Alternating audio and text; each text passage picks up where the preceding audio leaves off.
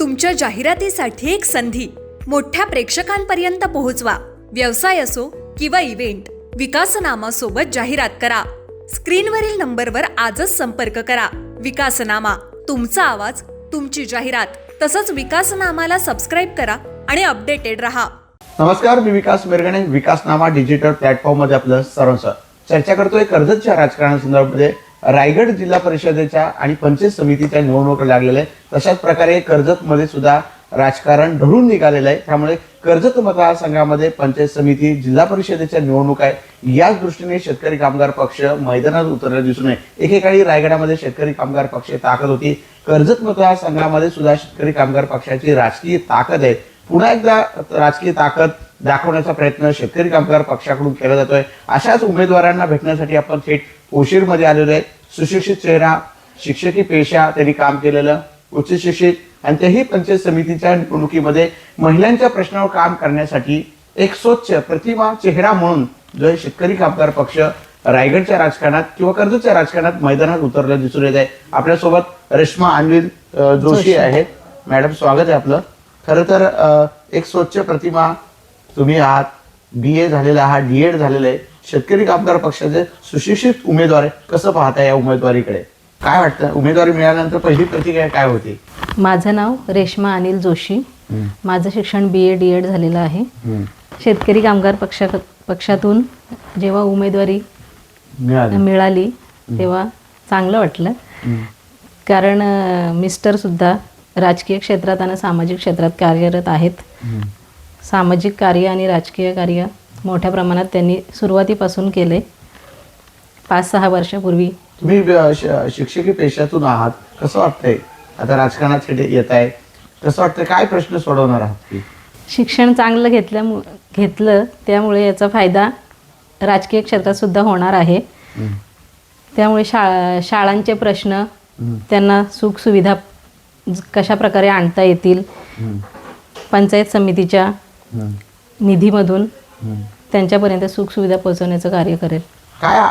काय महिलांमधून तुम्हाला प्रथम प्राधान्य असेल किंवा महिलांच्या प्रश्नावर तुम्हाला काम करायला आवडेल किंवा पहिल्यांदा ही महिला म्हणून एक सभागृहात तुम्ही जाणार आहात पंचायत समितीच्या, तर हे काम करायला आवडेल या दृष्टीने काय? महिलांचे प्रश्न सोडवण्याचं आधी काम करेल. त्यांच्यापर्यंत योजना आणण्याचं, ज्या त्यांच्यापर्यंत पोहोचल्या जात नाहीत आतापर्यंत. पण कुठल्या प्रश्नांवर काम करायचं, म्हणजे महिलांचे सबलीकरण असेल, बचत गट असेल, तुमच्या मनामध्ये नेमकी काय, बाबा आपण हे झाल्यानंतर हे केलं पाहिजे, किंवा महिला आजही असुरक्षित वाटतायत, किंवा महिलांच्या प्रश्नाचा रोजगाराचा प्रश्न निर्माण झाले, या संदर्भामध्ये काय तुमच्या मनामध्ये प्लॅन आहे का?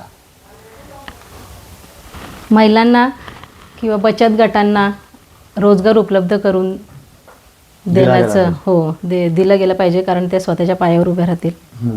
पण तुम्ही अभिनवला मध्ये शिक्षकी पेशा सांभाळला, आता राजकारणात, त्यावेळेस शिक्षकी पेशा कसा होता? चांगला होता. ओके. मग का वाटलं राजकारणात तुम्हाला यावंसं वाटलं? मिस्टर होते राजकारणात, समाजकार्य करत होते, मला सुद्धा आवड निर्माण झाली. Okay okay. पण या ओशीरमधून तुम्ही राहताय पंचायत समितीसाठी, काय कशा प्रकारचा प्रचार सुरू झालेला आहे? काय वाटतं, महिला तुमच्या प्रचारामध्ये मोठ्या प्रमाणात आहे, काय कसा प्रतिसाद कसा भेटतो? चांगला प्रतिसाद आहे.